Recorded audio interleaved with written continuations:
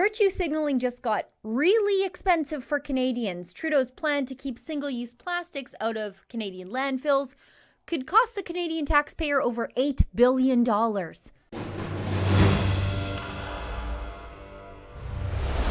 Friends, it seems so long ago when the world's most deadly scourge, at least according to our so-called moral and intellectual superiors in academia and Laurentia, was climate change.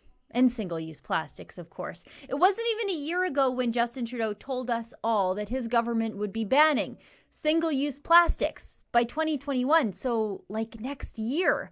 And Trudeau introduced us to his preferred beverage receptacle of choice in the fight against deadly plastic pollution. Remember this? We have recently switched to drinking water bottles out of when we have water bottles out of a plastic, away from plastic towards paper, like drink box water bottles sort of things. But the Liberals aren't just banning single-use plastics. They're going so far as to list plastics as a Schedule I toxic substance, along with things like mercury, benzene, and lead, which is a strange place to list a completely inert substance that is saving lives from the coronavirus in hospitals all across the world right now in the form of disposable syringes, IV bags, IV tubing, and sterile packaging. It's also a strange place to list a substance that is preventing the coronavirus from piggybacking into your home on your groceries as more and more cities and stores discourage the use of reusable bags in favor of, you guessed it, single-use plastics. But anyway, we all know that the plastics ban is stupid and reckless. But now we also know it is expensive. Look at this report from Blacklock's reporter behind their paywall.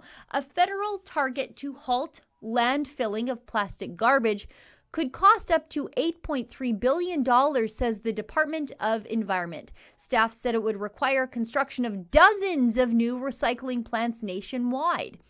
Canadian governments and industry will need to make significant investments in new and expanded diversion infrastructure for plastic products and packaging to recover value from these materials at the end of their life. The department said in a notice, economic study of diversion infrastructure needs to achieve zero plastic waste in Canada.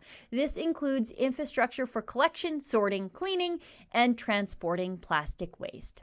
Plastic sales in Canada are worth $35 billion a year.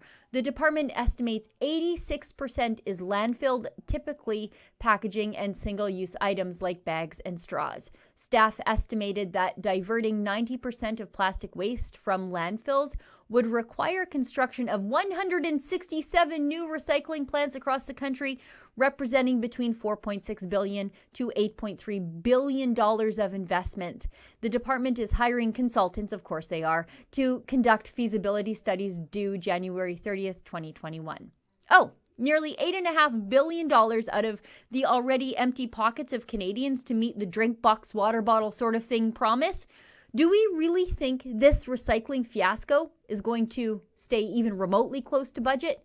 Here's the city of Edmonton from a few years back, investing in a recycling plant to the tune of $10 million over about 6 years, only for the thing to go completely broke in 2016. The city of Calgary was paying $300,000 per year to store its plastic recycling in sea cans. It was 1,600 metric tons of garbage in 100 storage units. So in Calgary, consumers were paying twice for the trash. Once for garbage pickup services, and then again paying for the pleasure of storing their trash through their property taxes.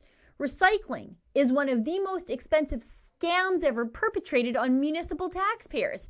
Now it's going to be federally administered by even more inept people, the kind of people who think budgets balance themselves. What could possibly go wrong? For Rebel News, I'm Sheila Gunn Reid.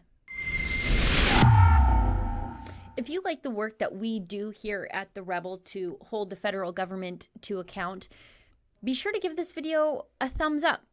Make sure you're subscribed to our YouTube channel, and of course, ring the little bell so you never miss one of our great stories, if I do say so myself.